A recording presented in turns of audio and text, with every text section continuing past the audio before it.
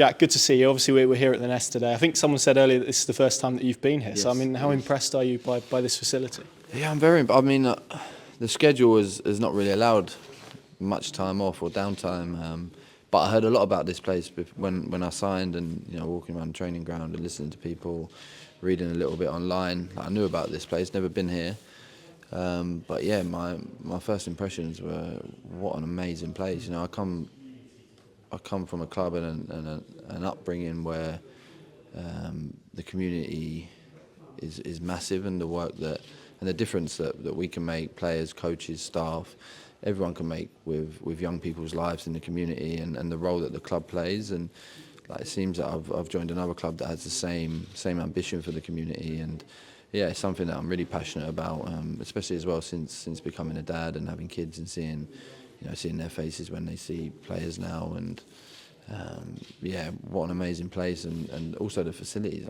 As I drove in, I thought, I played at some clubs, which I won't mention their names, but they'd be happy with this as a training ground. So yeah, what an amazing place. Yeah, and I was going to ask you about the community aspect, because as you say, it's so big in football. Obviously, geographically it's slightly different to Arsenal and sort of the area that it can impact, but still absolutely massive for the county, this place. Exactly, and yeah, like you said, it's different club, but it seems like it's the same philosophy, culture, whatever you want to call it, around it. And yeah, you can see I always think you can tell about the community and the club when you hear the people talk about it and how passionate they are and how much they care, and when they show the new building and what they got planned for the future, you can see their eyes light up. And it's our responsibility as coaches now, but as players and staff to try and help all we can.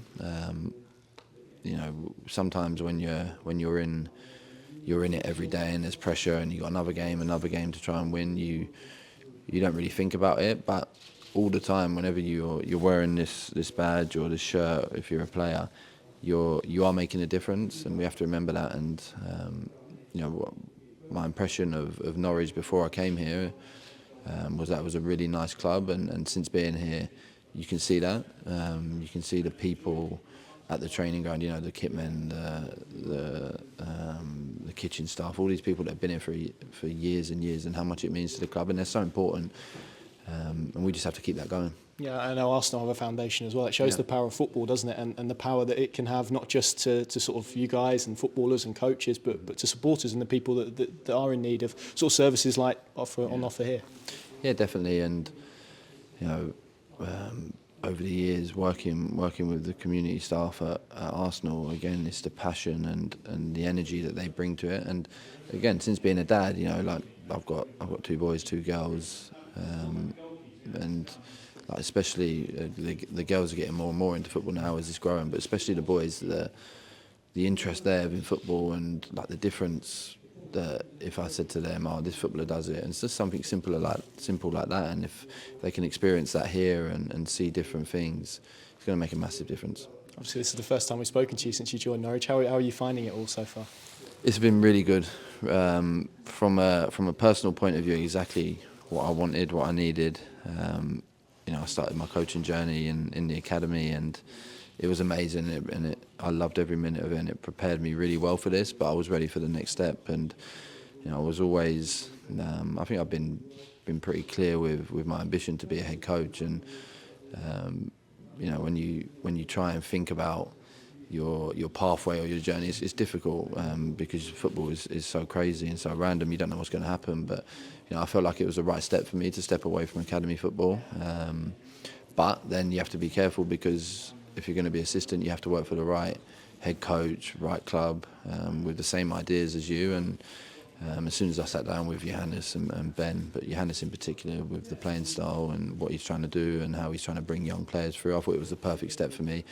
But then also, you never know, when you sit down with a head coach and he says something, and then all of a sudden the games come. But Johannes is so clear with his philosophy and how he sees the team, and he wants young players and they want to play in a certain way. And it's what I believe in, so it's been really good, and someone to learn off as well. I'm really enjoying it. And I was going to say for you, I'm sure the easier thing to do would have been to stay at Arsenal, to stay in a place that you were comfortable, to step out of that comfort zone. It must have been a huge decision for you to come to this club. I'm sure there were other clubs at different points that have had interest in you as well. So what made, and you've kind of spoken a little bit about that, but what made this club the one that made sense to take that step into? Yeah, I think a few things. I think, number one, since I was a young player, and travelling up and down the country with my dad in our little red van, we used to, and listening to coaches, like we used to always hear about the comfort zone, and we used to speak about it. And as a player, I never wanted to be that guy, and I think my career kind of shows that. I pushed to go out on loan when I was 18, went to Bolton and played some games when I probably didn't really need to, and just needed to be a little bit more patient. But I felt it was the right thing, and I didn't want to be in that comfort zone, and I wanted to keep that same mentality as a coach. I think to be the best coach you can be, it's really important that you are who you are, and you try and stay true to that, and I suppose that is when you're deciding as well where you want to go or where you want to be. Johannes was a big part of that. Of course, Ben Napper, my relationship with him over the years, and the trust I have in him. Just probably a lot of reasons, but the trust I have in him, seeing the potential in a coach, and even before I came here and speaking to Ben over the summer, and when Johannes was appointed, like the enthusiasm that Ben spoke about, Hoff, I call him, with was amazing. And then when I met him and saw his, and since working with him, it's what I needed. And like, he's a young coach as well, but with some really, really good, clear ideas. And yeah, someone I can learn off, and we can grow together. Yeah, I was going to say, because there's a lot of sort of your generation of player who maybe took a step into management initially. You've been a little bit more considered with that. Is that something you've done consciously, that you've planned out kind of your route to becoming a head coach? Yeah, I think so. I think everyone's journey is a little bit different, and I probably was fortunate enough, because I finished my career quite early, that I had the chance to see coaches and ex-players that I play with make their step and their journey, and each one was different. And I don't think anybody's right or wrong, but it's just your own personal journey. And I was always, I wasn't, I never really thought about coaching until when I was 29, maybe 30, and I'd done my badges, but people would said, do your badges while you're young. And then I went back to Arsenal and worked with Mikel a little bit, and he actually really inspired me. The way he coached, I've never seen anything like it. But of course, like, I wasn't that comfortable, because I'd never really coached before. So I started to then get the bug and started to coach a little bit within the academy, and with my career finishing, I felt like it was the right step. I didn't want to step directly into first team. I am really, really passionate about development, and I know that, like, Johannes is as well, and there's development in first team football, but I wanted to start there. I felt like it was a nice story as well. That's where I started my career, coming through, and just to give a little bit back to the young players coming through, and I absolutely loved it from the first day, and tried to develop myself, tried to put myself in uncomfortable positions where I needed to get better, and there's still some things that I need to get better at, but I'm really enjoying the journey, this part of the journey, and let's see where it leads to. Yeah, you've spoken about Johannes on a couple of occasions, and I guess you're right. You sit down with a head coach and they can tell you something, but you lose a couple of games and it can all change. Yeah. So how's that relationship been with him? Because like you say, your relationship was with Ben, really. Yeah. So you have to develop that with Johannes. How's that sort of formed in the last few months or so? Yeah, really good, really good. I think we put a staff together now, which is really good. I come from an environment in the academy world where it's completely different to first team, and what's the right word? There's not much challenges going on. There's not much real, what's the word? Debates around players, and then when I stepped into here, and like, Johannes has a real interesting way about him, where he almost encourages that, and we have some really good debates, really respectful debates, and it's all about trying to help the team and trying to get the best out of the players, the best way to develop, the best way for the team to play. And yeah, I'm really enjoying it. I'm really, like, he's been, again, giving me a lot of responsibility, which of course, again, you never know when you're coming into something. But I'm really enjoying it. I'm really enjoying working with the players, working with the staff. Glenn has been amazing too. I've got Tony with me from my days at Arsenal, and Nick Stanley as well. So it's a group that's been put together, but we're growing, we're building, and hopefully we can keep getting better and better to help the team. I was going to ask you about some of your responsibilities, because that's the thing that people won't see, kind of what you are responsible for, and it's not the same as sort of Nick, and it's a set piece coaching is so obvious. So what are the sort of things that sort of you take charge of? Yeah, so we try and divide it up, but what ends up happening is everyone has to combine and things cross over, which is right. But I tend to look more at the attacking. Try and link in with Johannes. He's big on attacking as well. He loves to have the ball, as we all know, same as me. And this, we have some really interesting debates about positions, about how we can hurt opposition. But yeah, my main focus would be the attacking. So Josh Sargent and Wilshere Interview, I've got to ask you about those two as individuals. I mean, what are they like to work with and to coach? Yeah, they're top. They're top. I think we really missed Josh. I think Antti as well. Antti done well. It's been difficult for him at times to, keep going and going and going when you're not used to the intensity of the league. But I think he's developed so well, and you're looking at a player who I think will benefit a lot now from Josh coming back, and he can watch Josh, the way he moves, the way he finishes, and it gives Antti a little bit more time coming off the bench. And yeah, I think we've got a real good group. Of course, Wilshere is the guy who makes things happen and has that fire like that about him as well. He has that fire in training and in games. He wants to win. But yeah, we've got a few attacking options that have done really well for us, and now it's nice that we're getting some players back, Josh back, and we're getting different options, and I think it's at the right time. And yeah, let's see where we can get to. Oscar Schwartau as well, to ask you about him. 18 years old. I mean, what a talent on what we've seen. Played in a multitude of positions as well. Yeah, I mean that's the good thing about him. I mean, he's got so many qualities, and but what I love about him is his desire to do well. And some players can look at his situation, and I've played with players who've been there who go, I'm 18, I've got time, but no, he's hungry. He's driven, and he's the one who runs the most in training and in games.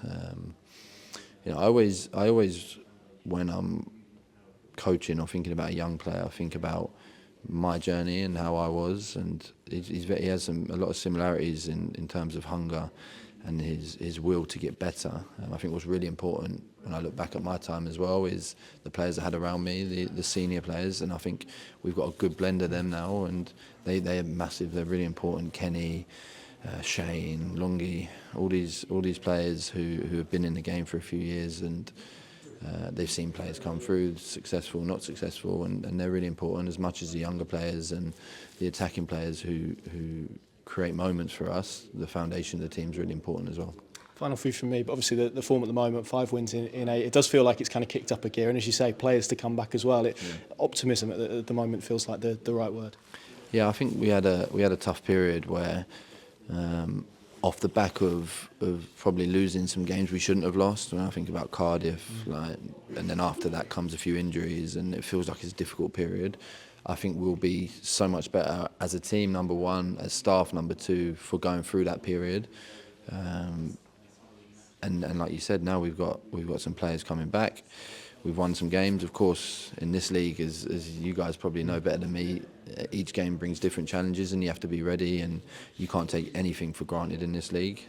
Probably Cardiff is a great example of that. When you dominate a game for 85 minutes and then it doesn't happen. I think Coventry was a nice moment for the team. A game which I felt we dominated and deserved to win. But when you find yourself 1-0 down in the 90th minute to then win the game, I think that creates a lot of belief in the team, and especially for Forson and new players that have come in, they start to believe, and hopefully we can build on things like that again at the weekend. A good away performance, good away win. Okay, it was against 10 men, but as you know, in this league, that doesn't really matter. Sometimes it can be harder.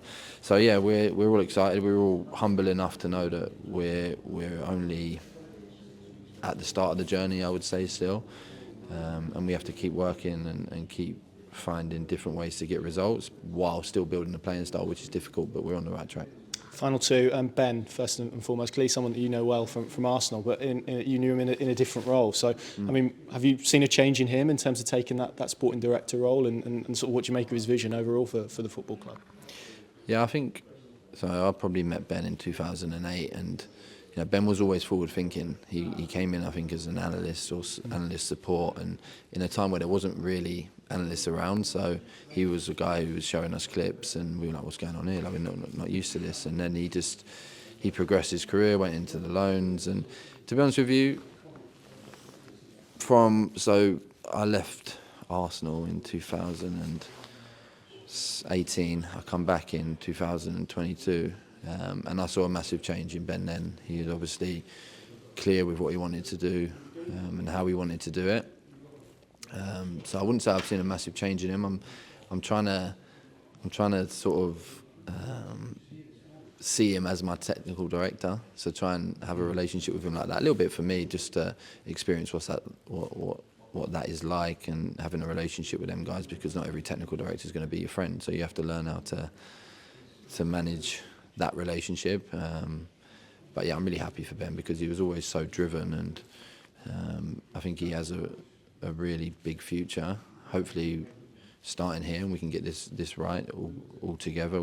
I think we all feel like we're all in it together, especially, in the coaches' room with the gaffer and with Neil and Ben. Like, we're trying to create something, and let's see where it can get us. Yeah, and finally, I mean, you've kind of mentioned the project and the long-term thinking of that. A key element is the fans, isn't it? And I know you spoke a little bit about this in a club piece, that they can be the impatient ones, they can sort of react to results. But, I mean, how impressed have you been by their support and their buy-in of what you guys are trying to achieve, with obviously getting the average age down and implementing a new style of play? Because it's not easy always for fans. No, it's not. And to be honest with you, like, at times, like, I've actually asked a question to a few staff members, like, the fans are unbelievable. Like, at times there's been a bit of tension in the stadium, like when we're playing out and we nearly get caught, but I think they see it, and I think, I'm a fan of football, and I'd much rather go to a game and watch a team trying to play out and do it in the right way. And it's not, at all costs we're going to play out and we're going to, create risky moments for us. Of course, we're not going to do that, and we have the options to play a little bit more direct, but we have to try and do it in how we believe. And I think everyone in the coaches' room, Ben, Neil, and I think the players as well, they believe in it, and that's important. That we're doing it to win games. We're doing it to try and get in to more goal scoring opportunities, and I think you can see the players getting better at it as well. It's not something that's going to happen straight away. It takes courage, it takes technical ability, it takes time, and it takes cohesion of players understanding where they're going to be. And the more we do it, the better we'll get. And yeah, the fans are so important. My son was at the game against Watford, and he's like, "Dad, these fans are unbelievable. The away fans are amazing." I think they always have been, but also at home, like, there seems to be a good feeling around the club. And when I leave the stadium and I talk to the fans, they're all positive. They love the football that Hoff's trying to bring to the club, and yeah, we're all behind it, and we're just trying to help as much as we can. Top man. Thanks, Jack. Appreciate that, mate. Nice to meet you. And you. Thank you.